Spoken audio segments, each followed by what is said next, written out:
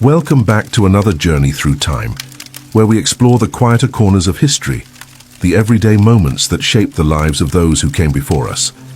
Tonight, we're stepping into a world that might assault your modern senses, medieval Europe, where the very concept of cleanliness carried meanings so different from our own that you might find yourself grateful for the simple luxury of your evening shower.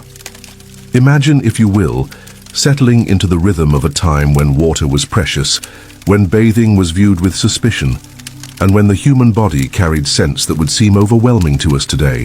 This isn't a story of ignorance or barbarism, but rather of practical survival, cultural beliefs and social structures that created a completely different relationship with the human body and its natural processes.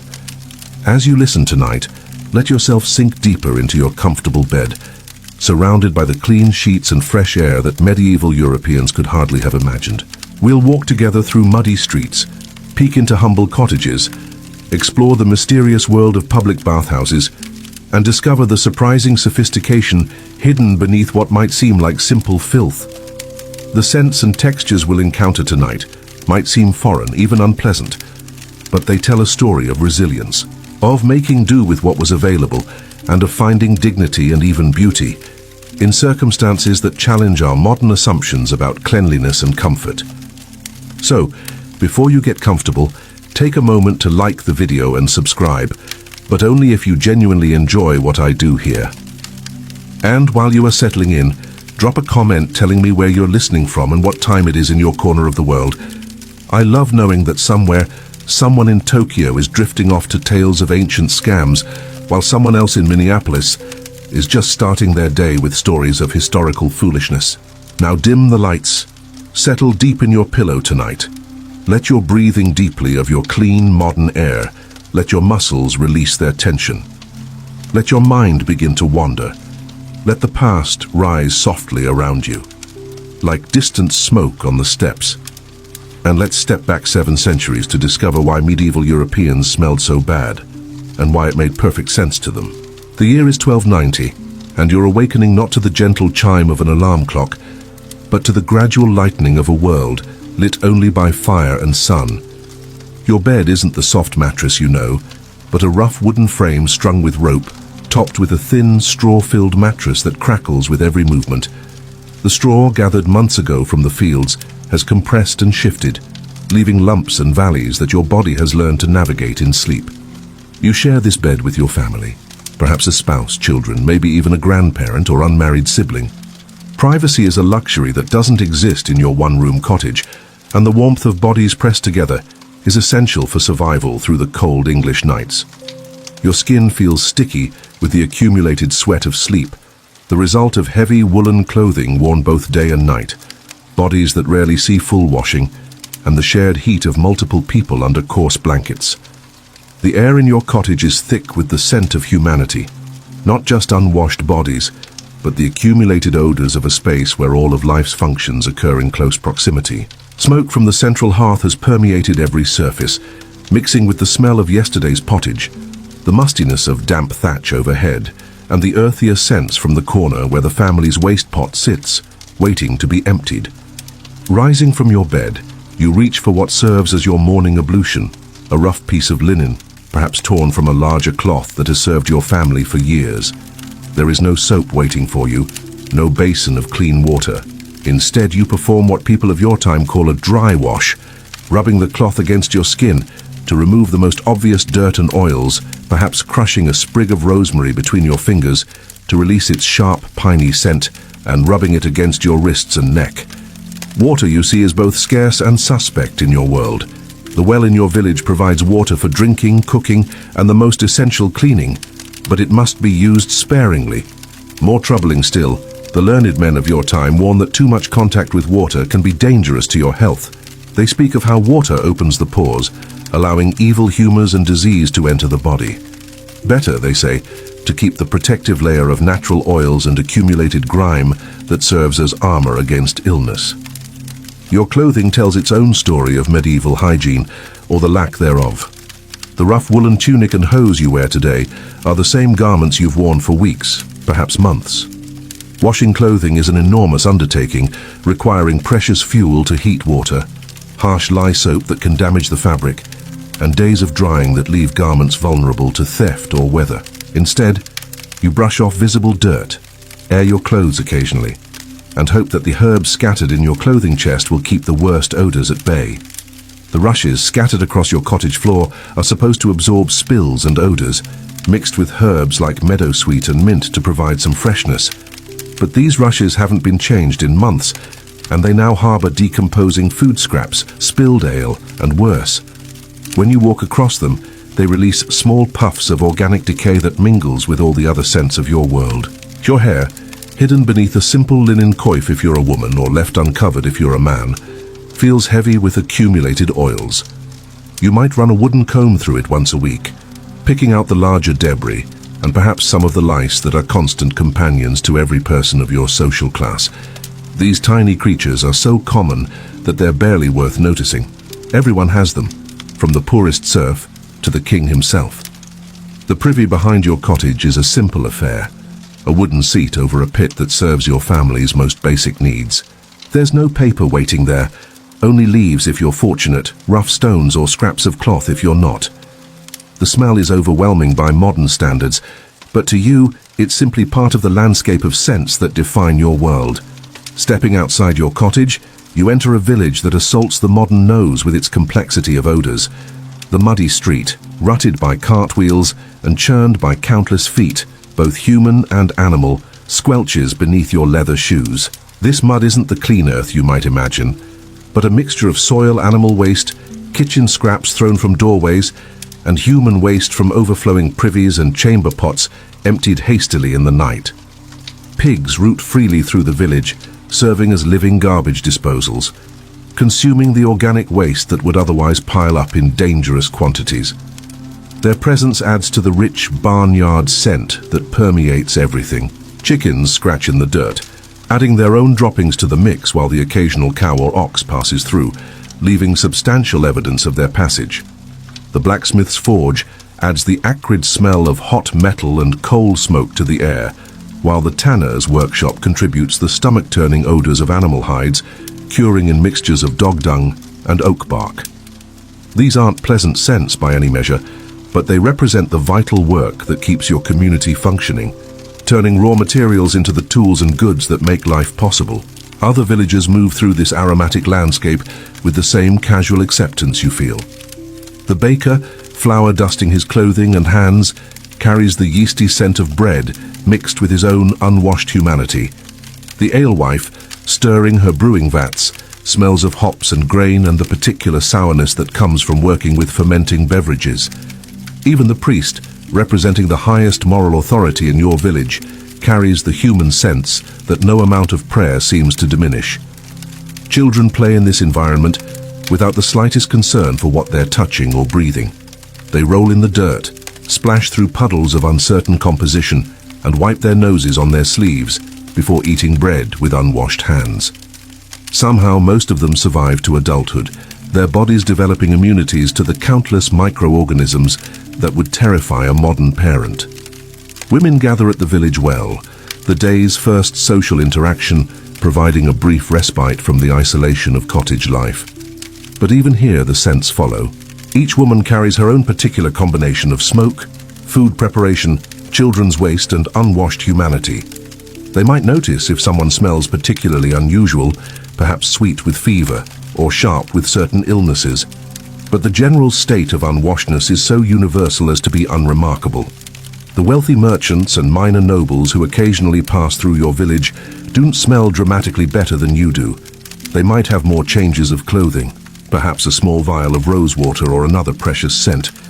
But they too live in a world where daily bathing is unknown and mysterious. Their superior social position is marked more by the quality of their cloth and the freshness of their garments than by any difference in personal cleanliness. As the day progresses, you go about your work, perhaps tending small plots of land, working in someone else's household, or practicing a trade that requires close contact with materials that carry their own powerful scents. Leather, wool, dye, metal, wood.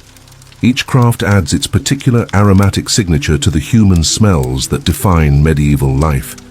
By evening, When you return to your cottage for a meal of bread, ale, and perhaps some vegetables from your small garden, you carry with you the accumulated sense of your day's labor. Your family gathers around the same table, where you prepared food, ate previous meals, and where someone might later lay out clothing or count coins.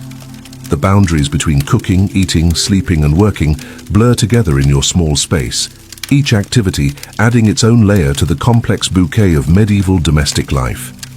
As night falls and you prepare once again for sleep, you might splash a tiny amount of precious water on your hands and face, but this is more ritual than cleaning. You'll sleep in the same clothes you wore during the day, in the same bed you shared last night, surrounded by the same family members carrying their own day's worth of accumulated humanity. This is your normal, your everyday reality. You don't think of yourself as dirty because cleanliness, as we understand it, simply doesn't exist as a concept in your world. You are clean enough to survive, clean enough to work, clean enough to maintain your place in the complex social fabric of medieval village life. The scents that would overwhelm a modern nose are, to you, simply the smell of being human, being alive, being part of a community that has found ways to thrive despite conditions that seem almost unimaginable to us today. In this world of shared scents and accepted uncleanliness, you find dignity, community, and even moments of beauty. The herbs in your garden provide not just flavor for your food, but precious moments of sweetness in an aromatic landscape dominated by earthier scents. The smoke from your neighbor's hearth signals warmth, community, and the continuation of life itself. As you drift towards sleep in your straw bed surrounded by the breathing of your family and the familiar scents of your world, you are completely unaware that centuries in the future, people will marvel at how you lived, how you survived, and yes, how you smelled. You are simply living, in the only way your world makes possible, finding comfort and meaning in circumstances that have shaped human existence for countless generations before you. Let us travel now from the individual cottage to the heart of a bustling medieval town, where an entirely different relationship with cleanliness once flourished and then vanished, leaving behind only whispers and carefully forgotten memories. Picture, if you will, the town of Southwark, just across the Thames from London, in the year 1348, where steam rises from a building that will soon become the center of scandal, suspicion, and ultimately, ruin. The building stands 3 stories tall, constructed of good English oak and stone with small windows that glow warmly in the evening light. Above the heavy wooden door, a painted sign depicts a wooden tub filled with water, and beneath it words that proclaim this establishment as the Swan's Bath. But this sign will not hang here much longer, for the story we're about to explore is one of rise and fall, of a practice that seemed essential to some and dangerous to others. Thomas the bathkeeper has owned this establishment for nearly 20 years, inheriting it from his father, who built it during more prosperous times when such businesses were not only tolerated but encouraged. Thomas remembers when his bathhouse served merchants, craftsmen, pilgrims traveling to Canterbury, and even the occasional minor noble seeking the luxury of hot water and soap. The building itself tells the story of this prosperity: thick walls to hold the heat, an elaborate system of pipes and boilers that represent a significant investment, and private chambers that once commanded premium prices. The ground floor of Thomas's bathhouse contains the public bathing area, a large room dominated by wooden tubs of various sizes. These tubs, crafted from sturdy oak and bound with iron hoops, can hold enough hot water for several people at once. The floor is laid with stone to handle the constant moisture, sloping gently toward drains that carry the used water away from the building. Wooden benches line the walls, providing places for bathers to sit and rest between soaks, while hooks hold the rough linen towels that serve multiple patrons throughout the day. The air in this room is thick with steam and scented with the herbs that Thomas adds to the water. Lavender for its calming properties, rosemary for its sharp, clean scent, and sometimes mint or chamomile when he can afford such luxuries. The herbs serve a practical purpose beyond their pleasant aroma. They help mask the human odors that accumulate when multiple people share the same bathing water, water that might serve a dozen customers before being drained and replaced. Upstairs, Thomas maintains private rooms for customers willing to pay extra for solitude and discretion. These chambers contain individual tubs, smaller than those downstairs, but offering the precious commodity of privacy. A wealthy merchant might rent one of these rooms for an entire afternoon, soaking away the grime of travel while conducting quiet business conversations with associates who join him in the steaming water. The privacy also appeals to women of sufficient means who can bathe without the awkwardness of sharing space with male strangers. The process of creating the hot water that makes Thomas's business possible requires enormous effort and expense. In the basement of his building, a network of copper boilers operates continuously during business hours. Young apprentices, their faces flushed red from the constant heat, feed wood into the fireboxes beneath these boilers, maintaining the steady temperatures needed to keep hundreds of gallons of water at the perfect bathing heat. The wood alone costs Thomas more each month than many people earn, but hot water is what distinguishes his establishment from the cold rivers and wells that serve most of the population. Thomas employs several bath attendants, men and women who help customers with the unfamiliar ritual of full-body bathing. These attendants, skilled in their unusual trade, know precisely how much herbs to add to each tub, how to test water temperature with their elbows, and how to assist bathers who might be overwhelmed by the experience of complete immersion. They carry wooden buckets for rinsing, provide rough soap made from animal fat and wood ash, and maintain the constant vigilance needed to prevent accidents in rooms filled with slippery surfaces and hot water. For many of Thomas's customers, visiting the bathhouse represents an almost mystical experience. Imagine John the Miller, whose daily work covers him in flour dust and grain chaff, lowering himself slowly into a tub of steaming water for the first time in months. The sensation is overwhelming. The heat penetrating muscles he didn't know were tense, the strange feeling of water flowing over skin accustomed to protective layers of grime, the unfamiliar lightness as accumulated dirt dissolves and floats away. John shares his tub with 3 other men, a baker, a carpenter, and a traveling tinker, all of them initially awkward in this unfamiliar environment. But as the heat soaks into their bones and the steam opens their pores, conversation begins to flow as easily as the water around them. They discuss their trades, their families, the price of grain, and the rumors that always circulate through medieval towns. The bathhouse becomes, for these few hours, a place of unexpected equality, where social distinctions blur in the democratic vulnerability of nakedness.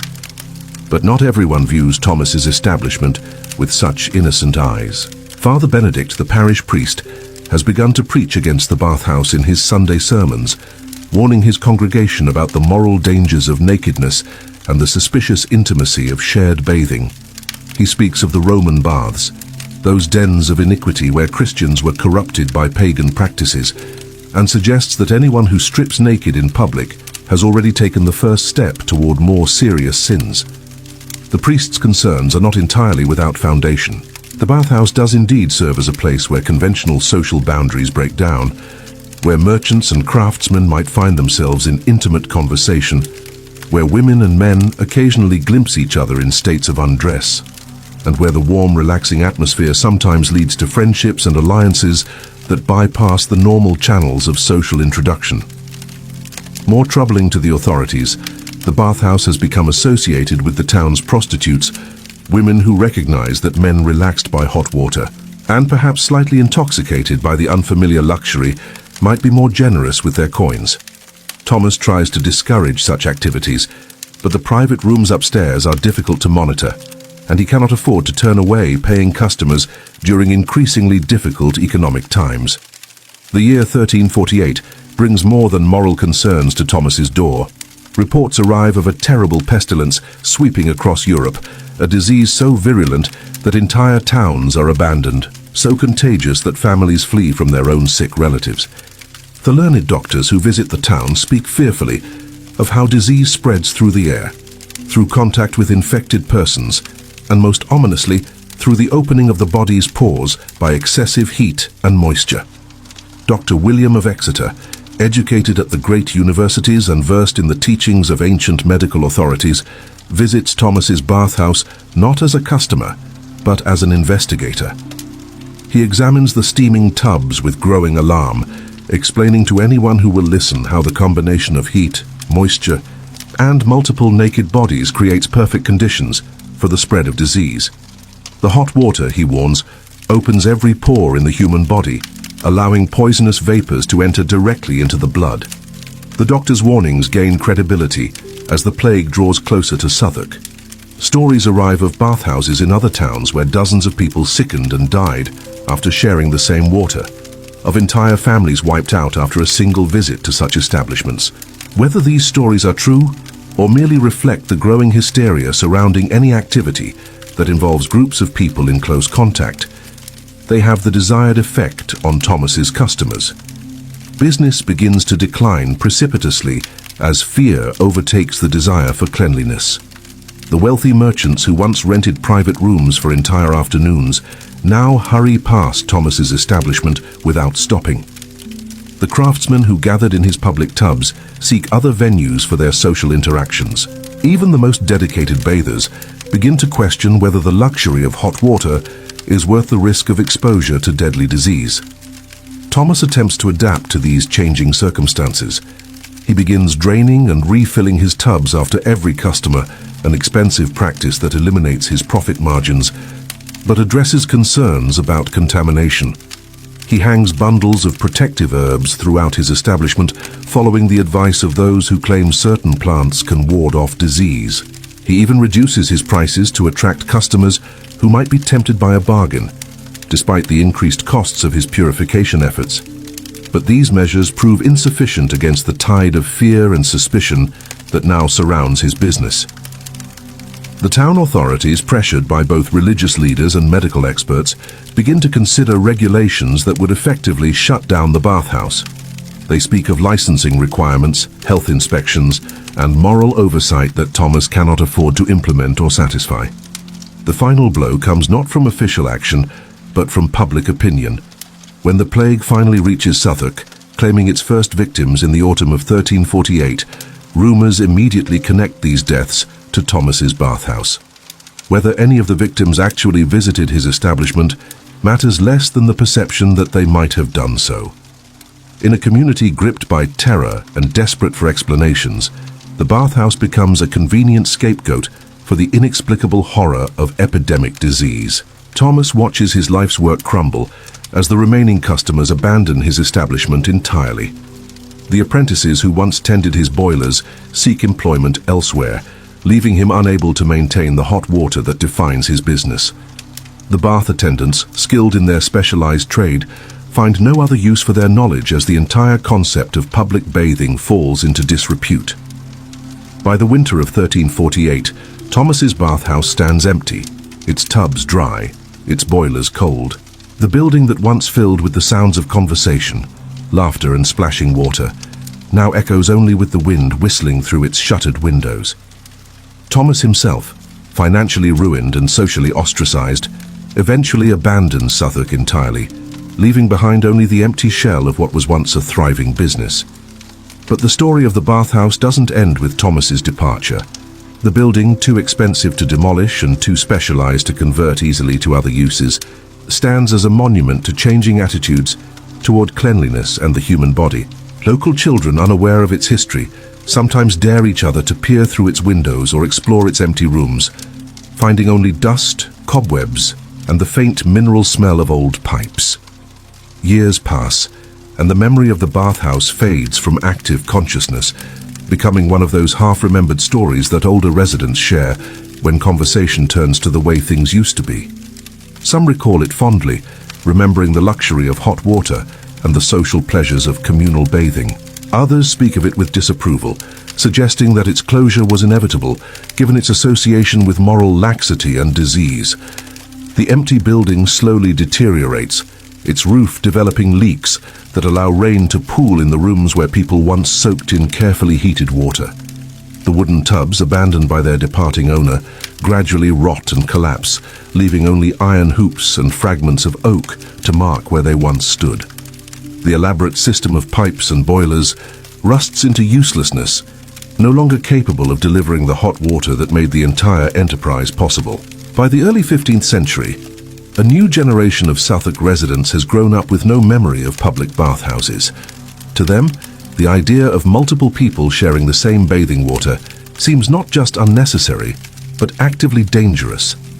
They have internalized the lessons taught by the plague years, associating communal bathing with disease, immorality, and social disruption. Yet even as public bathing disappears from English towns, the basic human desire for cleanliness finds other expressions. Wealthy households begin to install private bathing chambers, rooms where individual family members can wash in solitude, using water heated specifically for their use and discarded immediately afterward. These private facilities avoid the moral and medical concerns associated with public bathhouses, while still providing access to the luxury of hot water for those who can afford it. The techniques and knowledge developed by bathhouse operators like Thomas don't disappear entirely either. Former bath attendants find employment in wealthy households, bringing their expertise in water heating, herb preparation, and bathing assistance to private employers. The recipes for soap, the methods for maintaining proper water temperature, and the understanding of how to create comfortable bathing environments survive in these domestic contexts, even as public bathhouses vanish from the urban landscape. As we leave behind the empty shell of Thomas's bathhouse, we can see how social attitudes toward cleanliness are never simply about hygiene, but always reflect deeper concerns about community, morality, and the proper relationship between individual bodies and social order. The bathhouse failed, not because it didn't serve a genuine need, but because it served that need in ways that ultimately conflicted with other social priorities. The warm water that once brought people together in shared relaxation came to symbolize dangerous intimacy. The democratic nakedness that briefly erased social distinctions came to represent moral chaos. The communal tubs that offered luxury to ordinary people came to embody the terrifying possibility of shared disease and death. In the silence of the abandoned bathhouse, we can hear the echoes of a different approach to cleanliness, one that prioritized community over privacy, shared experience over individual purity, and the luxury of hot water over the safety of social distance. It's an approach that medieval Europe ultimately rejected, but one that reminds us that our own assumptions about cleanliness and the body are not natural or inevitable, but rather the products of specific historical circumstances and cultural choices. The empty tubs, filled now only with dust and forgotten dreams, stand as monuments to the complexity of human attitudes toward the most basic aspects of daily life. In their silence, they speak to the eternal tension between our desire for comfort and our fear of contamination, our need for community and our demand for individual control, our appreciation for luxury and our suspicion of anything that seems too pleasurable to be entirely moral. Deep in the forests of northern France, where oak and beech trees filter the morning light into dancing patterns on the forest floor, a small workshop produces one of medieval Europe's most precious commodities. Here, in a clearing barely large enough for a cottage, a shed and a small garden, Master Guillaume practices the ancient art of soap making, a craft so valuable, so carefully guarded, that its secrets pass only from father to son, master to apprentice, in whispered instructions and demonstrations, performed away from curious eyes. The workshop itself would seem unremarkable to a casual observer. Wooden walls blackened by smoke, a thatched roof that has seen better seasons, and windows covered with oiled cloth that admits light while keeping out the worst of the weather. But step inside, and you enter a world of precise measurements, carefully controlled temperatures, and chemical transformations that border on the magical for those who don't understand the processes involved. Guillaume inherited this workshop from his father, who learned the craft from his grandfather, who claimed to have discovered the secret during his travels to the lands beyond the Great Sea. Whether this family legend holds truth matters less than the undeniable fact that Guillaume produces soap of a quality that merchants will travel weeks to obtain, soap so fine that it commands prices comparable to spices or fine wine. The process begins with ash, but not just any ash will suffice. Guillaume gathers his raw materials with the discrimination of a master vintner selecting grapes. He prefers ash from hardwood trees, oak, beech and ash itself, burned in his own carefully tended fires during the dry months of late summer. The wood must be seasoned for at least 2 years, free from rot or moisture that would contaminate the final product. Even the burning requires attention, Too hot a fire creates ash with the wrong chemical properties, while insufficient heat fails to reduce the wood to the fine white powder that forms the foundation of his craft. This ash, when mixed with water in precise proportions, that Guillaume measures not with instruments, but with the experienced eye of decades of practice, creates lye. A caustic solution so powerful that it can burn skin and eat through cloth if handled carelessly.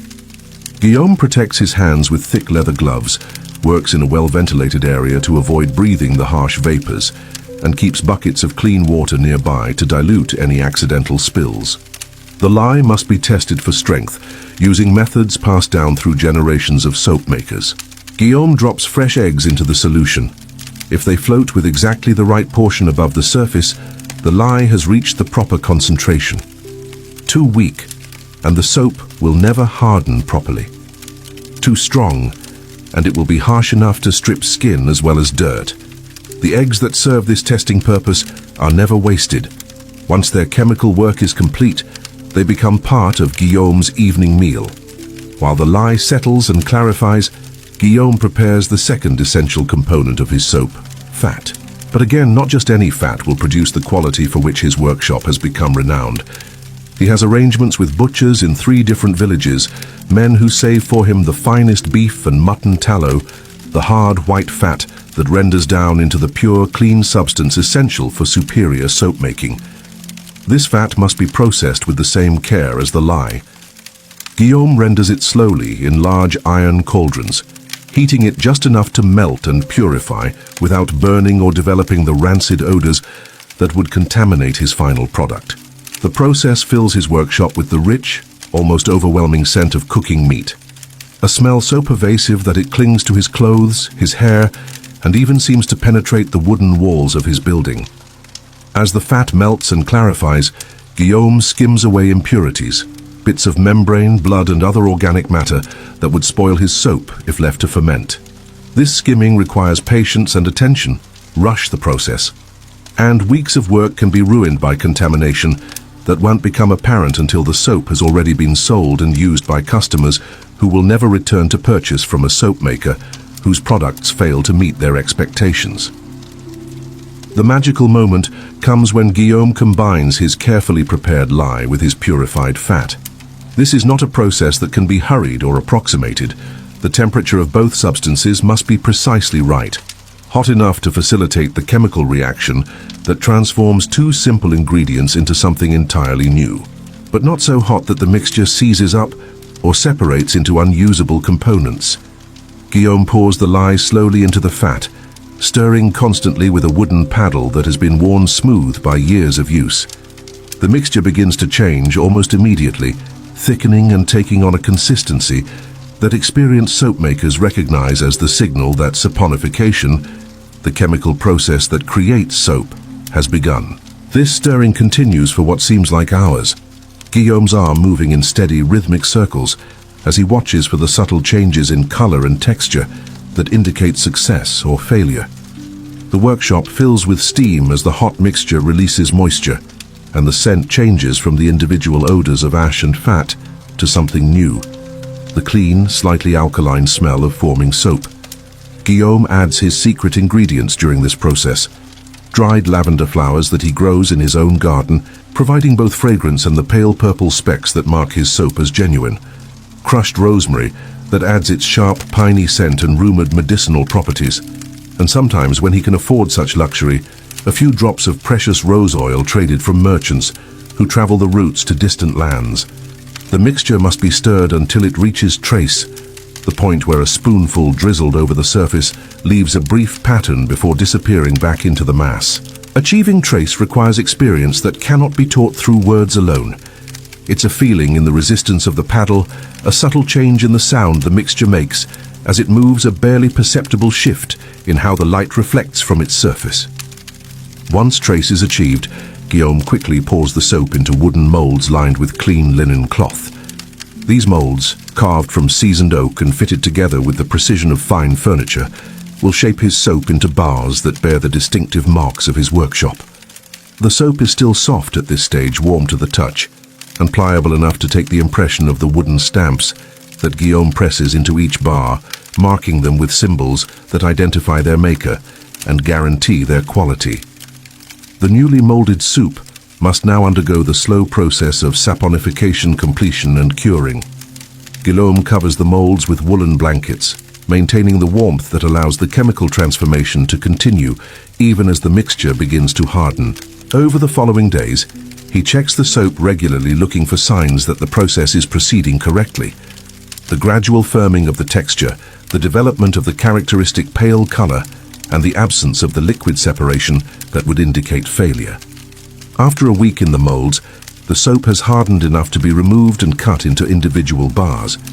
Guillaume performs this task with tools as precise as those used by any craftsman, sharp knives that slice cleanly through the semi-solid soap, creating bars of uniform size and weight that will command premium prices in the markets where they are sold. Each bar is stamped again with Guillaume's mark, then set aside to continue the curing process that will ultimately determine its quality and longevity. The curing room adjoins Guillaume's workshop, its walls lined with wooden shelves that hold hundreds of soap bars in various stages of completion. The newest bars, pale and still soft to the touch, occupy the lower shelves where Guillaume can monitor them most easily. As they age, moving through weeks and months of gradual hardening and chemical maturation, they're promoted to higher shelves, eventually reaching the top levels reserved for soap ready for sale. Properly cured soap represents months of patient waiting, during which the bars slowly lose excess moisture and complete the chemical processes that transform them from mere mixtures of lye and fat into the mild, effective cleansing agents that make Guillaume's reputation. The finest bars, those destined for the wealthiest customers, might cure for 6 months or more, becoming so hard and mild that they can be used on the most sensitive skin without irritation. But soap represents only one part of the medieval cleansing arsenal that Guillaume understands and produces. His workshop also creates other hygiene products that serve customers unable to afford true soap or seeking alternatives for specific purposes. He processes herbs into powders that can be rubbed into hair and scalp, providing both cleansing and pleasant scents. Crushed rosemary, dried lavender, powdered orris root and other aromatic plants are carefully prepared and packaged in small linen bags that wealthy customers use to scent their clothing chests and provide alternatives to washing. Guillaume also produces what he calls washing balls, compressed mixtures of fine sand, crushed herbs, and small amounts of soap, formed into spheres that can be rubbed against skin or cloth to provide abrasive cleansing action. These washing balls serve customers who need more aggressive cleaning than soap alone can provide, particularly those whose work involves heavy soil or stubborn stains that resist gentler treatment. His knowledge extends to the preparation of dental care products as well, reflecting an understanding of hygiene that encompasses more than simple body washing. Guillaume creates tooth powders from crushed chalk, powdered sage, and salt, mixing them in proportions that provide effective cleaning without the excessive abrasiveness that could damage tooth enamel. He also prepares bundles of fresh twigs, hazel, oak, or fruit wood that serve as primitive toothbrushes, their fibrous ends softened by chewing and used to scrub teeth clean. The market for Guillaume's products extends far beyond his immediate region. Merchants arrive at his workshop from towns and cities hundreds of miles away, their wagons loaded with goods to trade for his soap and other cleansing products. These merchants understand that Guillaume's soap will command premium prices in distant markets, where customers who have experienced its quality will pay substantially more than the cost of inferior products. The economics of this trade reveal much about medieval attitudes toward cleanliness and the lengths to which people would go to obtain superior hygiene products. A single bar of Guillaume's finest soap might cost as much as a skilled craftsman earns in several days, making it accessible only to the wealthy or to those who view cleanliness as essential to their social or professional status. Merchants, physicians, and others whose work requires them to make favorable impressions on clients or customers represent Guillaume's primary market, people who understand that the expense of quality soap is justified by the social and economic advantages it provides. Yet Guillaume also produces simpler, less expensive soaps for customers of more modest means. These products, made with less expensive fats and fewer exotic ingredients, still provide effective cleansing at prices that craftsmen and prosperous farmers can occasionally afford. The soap maker's craft thus serves not only the wealthy elite, but also the growing middle classes of medieval society, people whose improving economic circumstances allow them to aspire to standards of cleanliness previously available only to the nobility. The knowledge that Guillaume possesses extends beyond the mere technical aspects of soap making to encompass a deep understanding of the herbs, oils, and other natural substances that medieval people used to maintain personal hygiene. His workshop contains carefully labeled containers holding dozens of different plants, each selected for specific properties that contribute to cleanliness, health, or pleasant scents. Chamomile flowers, gathered during the brief period when their essential oils are most concentrated, provide gentle cleansing and soothing properties, ideal for sensitive skin. Lavender, harvested from Guillaume's own garden during the hot days of midsummer, offers both fragrance and natural antiseptic qualities that help prevent infection of small cuts and scrapes. Rosemary, collected year-round but most potent in the spring when new growth appears, stimulates circulation and provides the sharp, clean scent that medieval people associated with health and vitality. More exotic ingredients arrive through Guillaume's network of merchant contacts, substances that command high prices but provide unique properties unavailable from local plants. Rose oil, distilled from countless petals in distant gardens, provides a fragrance so refined and pleasant that even tiny amounts can transform ordinary soap into luxury products fit for the most discriminating customers. Sandalwood powder, ground from trees that grow in lands so remote that most people know them only through stories, offers both fragrance and the subtle medicinal properties that medieval people believed essential for maintaining health through topical applications. Guillaume's workshop also reveals the surprising sophistication of medieval understanding about the relationship between cleanliness and health. While medical theories of his time might seem primitive by modern standards, practical experience had taught craftsmen like Guillaume that certain substances were more effective than others at removing dirt, preventing infection, and maintaining the healthy condition of skin and hair. His soap recipes include ingredients specifically chosen for their antimicrobial properties, though Guillaume would not have used such modern terminology to describe their effects. Salt, added in small quantities to certain soap formulations, helps preserve the product and provides antiseptic benefits when the soap is used. Certain herbs, particularly those with strong essential oils, serve similar functions while adding pleasant scents that mask the less appealing odors of the soap-making process. The tools and equipment in Guillaume's workshop represent generations of refinement and improvement, each piece designed to serve specific functions in the complex process of creating superior cleansing products. His scales, calibrated to measure ingredients with precision that would impress modern chemists, ensure consistent results batch after batch. His thermometers, primitive by contemporary standards but adequate for soap making, help him maintain the critical temperatures needed for proper saponification. Even his stirring paddles have been designed with care, their shapes and sizes optimized for different stages of the soap-making process. Long-handled paddles allow him to stir large batches without getting too close to caustic mixtures, while shorter tools provide the precise control needed for adding delicate ingredients or achieving the perfect texture in smaller, more expensive formulations. As evening approaches and Guillaume banks the fires that heat his workshop, the building settles into the quiet rhythms of the curing process that continues even when its master sleeps. The soap bars on their shelves undergo slow chemical changes that will, over weeks and months, transform them into the mild, effective products that justify Guillaume's reputation and the premium prices his work commands. In the growing darkness, the workshop fills with the complex scents of its various products. The clean alkalinity of curing soap, the floral sweetness of lavender, and rose the sharp brightness of rosemary and sage, and underlying it all the earthy, organic scents of wood ash and animal fat that form the foundation of the soap maker's art.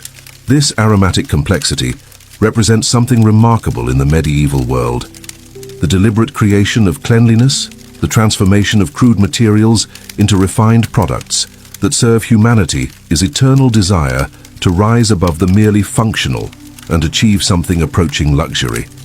In Guillaume's workshop, the gap between the practical necessities of survival and the aesthetic pleasures of civilized life narrows to the width of a soap bubble, translucent and beautiful, but substantial enough to cleanse away the grime of everyday existence. As the night deepens and the workshop grows quiet, the curing soap continues its slow transformation, each bar gradually becoming more than the sum of its ingredients, evolving into a product that represents humanity's endless quest to improve upon nature, to create comfort and cleanliness, even in an age when both seem almost impossibly difficult to achieve. In the solar of Thornfield Manor, where tall windows catch the morning light and expensive tapestries muffle the sounds of the bustling household below, Lady Marguerite begins her daily transformation from human being to aristocratic vision. The year is 1380, and she is the wife of Sir Edmund de Montfort, a wealthy landowner whose estates stretch across 3 counties. Yet, despite her elevated position, despite the servants who attend her every need, despite the luxury that surrounds her daily life, Lady Marguerite has not immersed her body in water for over 6 months. This is not neglect, nor is it ignorance. This is deliberate choice informed by the best medical advice of her time and reinforced by social customs that view frequent bathing as dangerous to health and suspicious in its implications. Instead, Lady Marguerite has developed an elaborate system of cleanliness that relies not on water, but on powders, perfumes, and carefully orchestrated applications of scent and substance that create the illusion of purity while preserving what medieval medicine considers the body's natural protective barriers. Her morning routine begins while she still lies in the great bed she shares with her husband, a massive construction of carved oak hung with curtains that create a private world within the larger bedchamber. Agnes, her personal maid, approaches with a silver basin filled not with water, but with fine powder made from crushed orris root, mixed with ground almonds, and scented with dried rose petals. This powder, prepared by the manor's still-room maid according to recipes passed down through generations of noble families, will serve as the foundation of Lady Marguerite's daily purification. Agnes begins by sprinkling the scented powder onto a square of finest linen, then using this fragrant cloth to dust Lady Marguerite's face, neck, and hands. The powder absorbs the oils and moisture that have accumulated during the night, while the almonds provide gentle abrasion that removes dead skin and accumulated grime. The orris root, dried and powdered rhizome of the iris flower, contributes a sweet, violet-like scent that will linger on Lady Marguerite's skin throughout the day, masking any less pleasant human odors that might otherwise betray her unbathed state. The application of this powder requires skill and experience. Too much and Lady Marguerite will appear artificially white, her skin chalky and obviously treated. Too little, and the powder fails to provide adequate coverage for the natural oils and imperfections that mark her as merely human. Agnes has served in this capacity for 15 years, and her hands move with the confidence of long practice, distributing the powder evenly while ensuring that no telltale traces collect in the creases around Lady Marguerite's eyes or mouth. Next comes the selection of the day's clothing, a process that reveals another dimension of medieval aristocratic hygiene. Lady Marguerite owns more than a dozen linen chemises, the undergarments that lie closest to her skin and bear the primary responsibility for absorbing the oils, sweat, and other bodily secretions that would otherwise stain her expensive outer garments. These chemises, made from the finest linen and decorated with delicate embroidery, are changed daily, providing a form of cleanliness that relies on fresh fabric rather than washed skin. The chemise selected for today is particularly fine, its linen so closely woven that it feels almost like silk against the skin.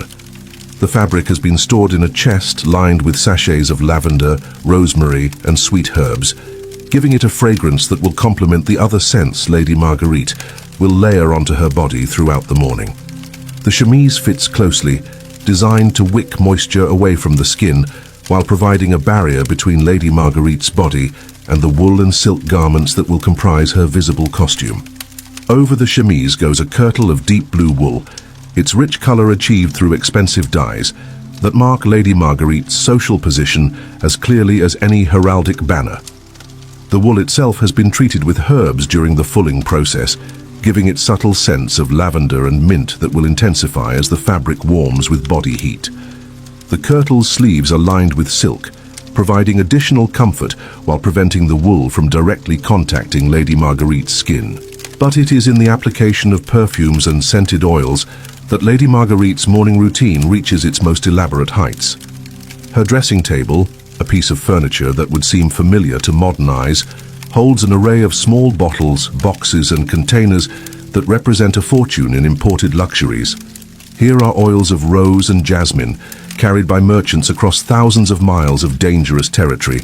Here are powders of ground cinnamon and cloves, worth more per ounce than silver. Here are tiny vials of musk and ambergris, animal-derived scents so precious that they are measured in single drops. Agnes begins with rose oil, applying it to Lady Marguerite's wrists and throat with a glass rod so thin it seems likely to break at the slightest pressure. The oil, genuine essence of roses, rather than the cheaper imitations available to those of lesser means, provides a fragrance of stunning complexity and depth. But more than mere scent, the oil serves a medicinal purpose according to medieval understanding of health and hygiene. Rose oil is believed to balance the humors, strengthen the heart, and provide protection against disease-causing vapors that might otherwise penetrate the body through the skin. The application of perfumes follows strict rules that Lady Marguerite learned from her mother and grandmother, knowledge passed down through generations of noble women who understood that scent was not merely aesthetic, but functional. Different oils serve different purposes: rose for the heart and emotions, lavender for calm and mental clarity, jasmine for feminine health and fertility. The placement of these oils is equally important: wrists and throat for scents that will be noticed by others, temples for those intended to affect the wearer's own mood and health. Lady Marguerite's hands receive special attention, as they are the parts of her body most likely to be seen and touched by others throughout the day. Agnes rubs a paste made from ground almonds, honey, and rosewater into Lady Marguerite's palms and fingers, providing both cleansing and softening benefits. The almonds provide gentle abrasion that removes dead skin and accumulated grime, while the honey acts as a natural moisturizer, and the rosewater contributes both fragrance and the astringent properties that medieval medicine considered essential for maintaining healthy skin. The treatment of Lady Marguerite's hair represents another elaborate process that substitutes technique and materials for actual washing.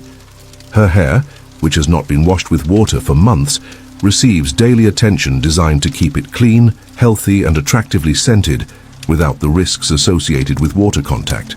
Agnes begins by brushing Lady Marguerite's hair with a brush made from boar bristles, each stroke designed to distribute the natural oils from the scalp throughout the length of the hair, while removing dust debris and any small creatures that might have taken up residence. The brushing process continues for nearly an hour, a meditative routine that both women find relaxing and beneficial. As Agnes works, she periodically sprinkles powdered orris root into Lady Marguerite's hair, the fine powder absorbing excess oils while adding the sweet, violet-like scent that will complement the other fragrances of Lady Marguerite's toilette.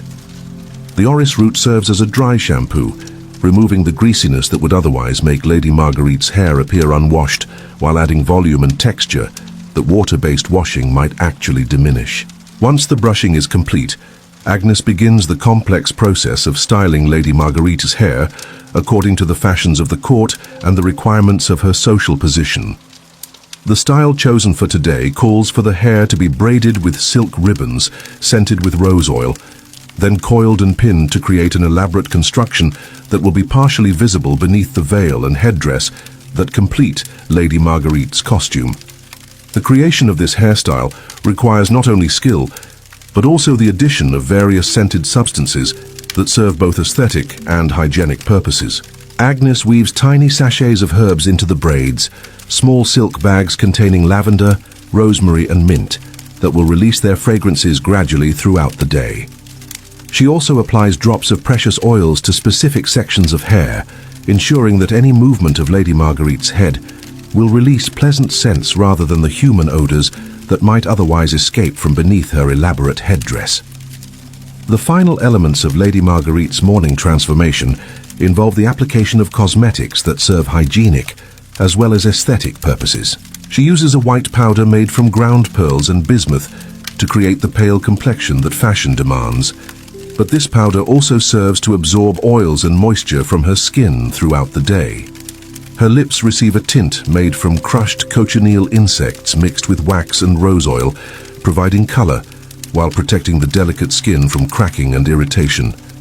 Most importantly, Lady Marguerite applies what she calls her defense against vapors, a mixture of ground herbs and oils that she believes will protect her health throughout the day. This mixture, applied to her temples and the hollow of her throat, contains ingredients chosen for their supposed ability to ward off disease: garlic for its strength against corruption, rue for its protective properties, and frankincense for its spiritual as well as physical benefits. The completed transformation reveals Lady Marguerite as a vision of aristocratic perfection, her every surface treated, scented, and perfected according to the highest standards of her social class. Yet beneath this elaborate construction lies a body that has not been fully immersed in water for months, a body that relies entirely on powders, perfumes, and fresh linen to maintain the illusion of cleanliness that her position demands. The contrast between Lady Marguerite's elaborate toilette and the hygiene practices of her social inferiors becomes apparent as she moves through her daily routine. In the manor's great hall where she takes her morning meal, she is served by kitchen maids, whose own approach to cleanliness consists of little more than wiping their hands on their aprons and splashing their faces with cold water from the well. These women, who handle the food that Lady Marguerite consumes, carry the honest sense of their labor: wood smoke from the cooking fires, the earthy smell of root vegetables, the yeasty aroma of bread preparation. Yet even these humble servants follow their own hierarchies of cleanliness. The head cook, whose position requires her to oversee the preparation of meals for the manor's noble family, maintains standards of personal hygiene that distinguish her from the scullery maids who scrub pots and tend fires. She changes her apron daily, washes her hands with soap when available, and uses herbs from the manor's garden to mask any odors that might offend her social superiors. The manor's chaplain, Father Thomas, represents another approach to medieval hygiene, one that combines religious conviction with practical necessity. His vows of poverty prevent him from indulging in the expensive perfumes and powders that Lady Marguerite considers essential, but his education and social position require him to maintain standards of cleanliness appropriate to his role. He washes his hands and face daily with cold water, changes his linen weekly, and uses simple herbs like mint and rosemary to maintain pleasant breath and reasonable bodily odors. The garden that supplies many of the herbs used throughout the manor reveals the sophisticated understanding of plant properties that underlies medieval approaches to hygiene. Here grow not only the common herbs used in cooking, but also the specialized plants that serve cosmetic and medicinal purposes. Lavender provides both fragrance and calming properties, while rosemary offers stimulation and improved circulation. Chamomile soothes irritated skin, and mint provides freshness for breath and body alike. The still room, where the manor's herbs are processed into the powders, oils, and other preparations that support the household's hygiene practices, represents a center of knowledge and skill that rivals Guillaume's soap-making workshop in its complexity and importance. Here the still room maid, a woman whose knowledge of herb lore and preparation techniques makes her invaluable to the household, creates the products that allow Lady Marguerite and her family to maintain their social position through careful attention to scent and appearance. The processes carried out in the still room require knowledge passed down through generations of women who understood that cleanliness, health, and social position were intimately connected. The distillation of rose water, the grinding of precious spices into powders, the careful mixing of oils and herbs into preparations that serve both aesthetic and medicinal purposes. These activities represent a sophisticated understanding of chemistry and biology, even if the practitioners would not have recognized their work in such modern terms. As the day progresses, Lady Marguerite's elaborate morning preparations prove their worth through the gradual release of pleasant scents that mask any less appealing human odors.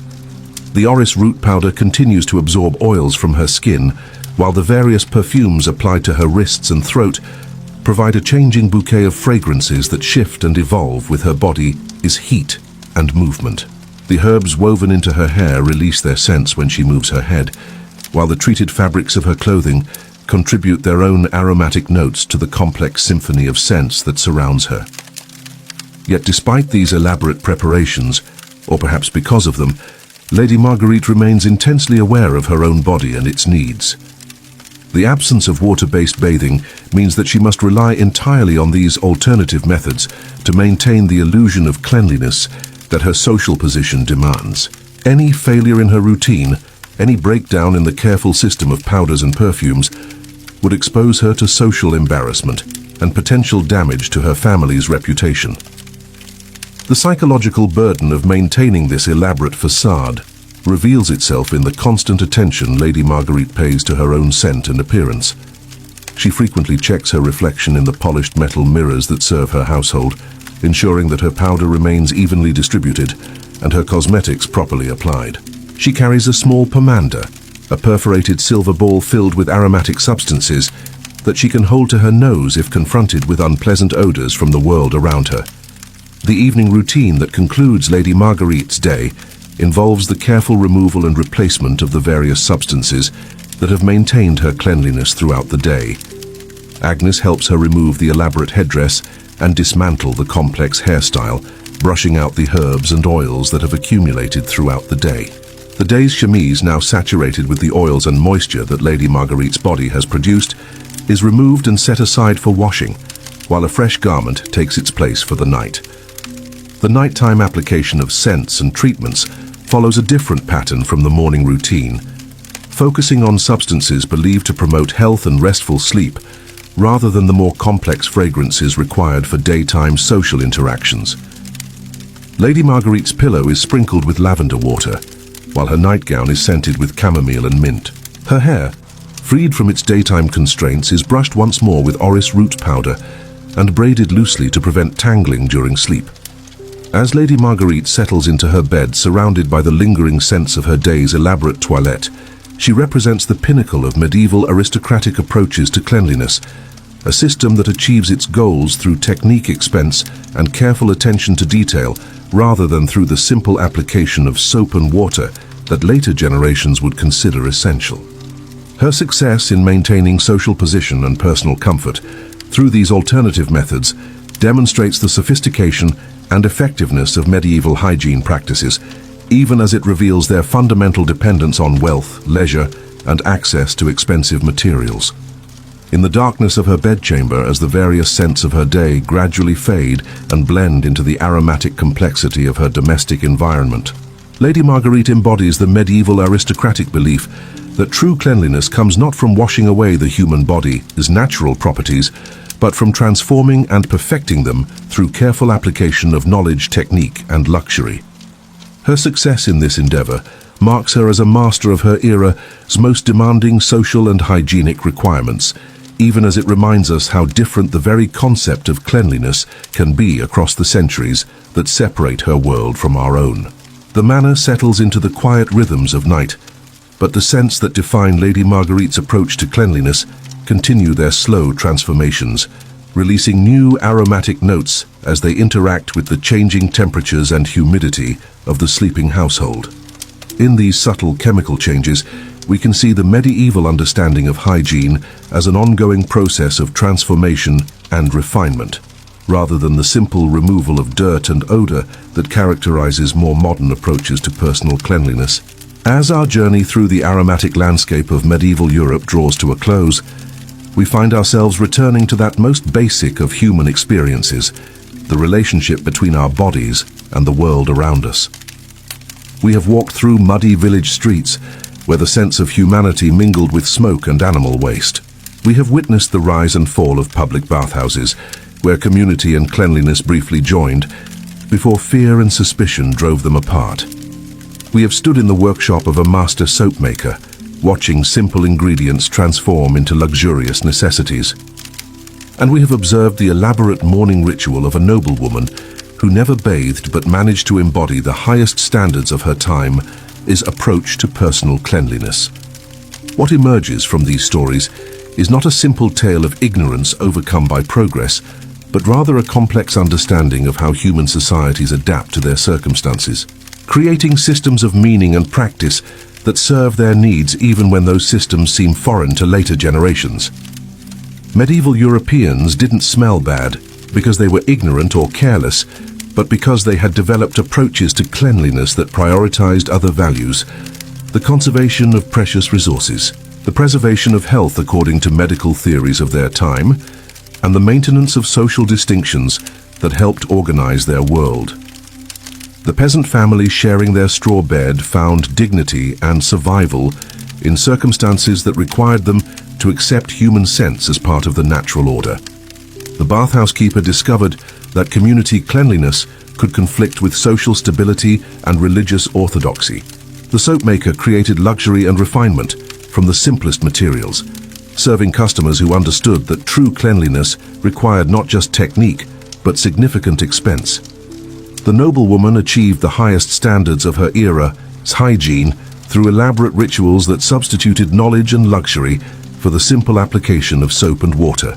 Each of these approaches to cleanliness served its purpose within the context of medieval life, providing solutions to the universal human desire for dignity and social acceptance while working within the constraints of technology, economics, and cultural belief.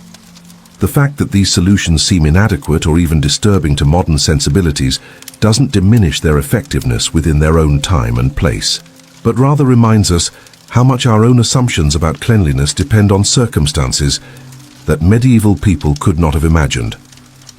As you settle deeper into your clean sheets, surrounded by the fresh air and abundant water that define your modern relationship with cleanliness, consider how the medieval approaches we've explored tonight continue to influence our own practices in subtle ways.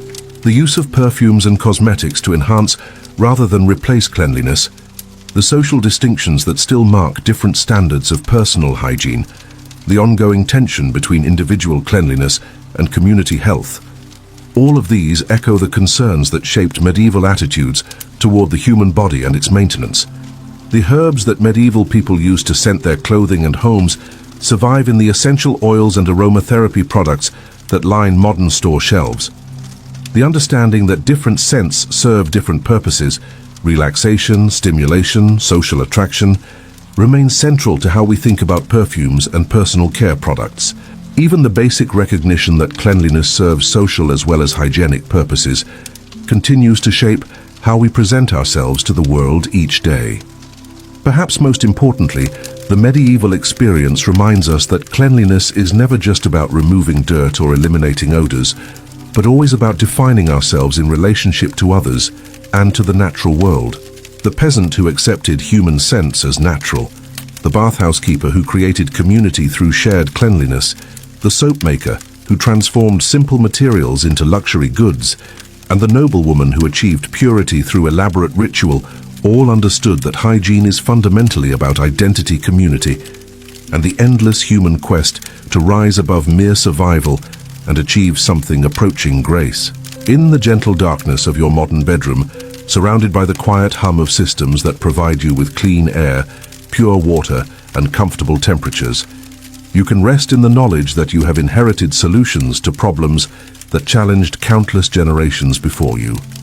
The simple act of stepping into a hot shower, reaching for a bar of soap, or changing into clean clothes represents the culmination of centuries of human effort to understand and improve our relationship with our own bodies and the world around us.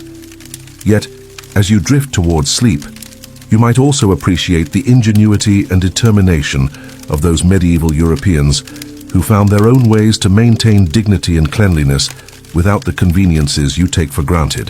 Their solutions may seem primitive or inadequate by modern standards, but they represent the same fundamental human values that continue to motivate our own attention to personal hygiene: the desire to be acceptable to others, to feel comfortable in our own skin, and to participate fully in the social world that gives meaning to our individual lives.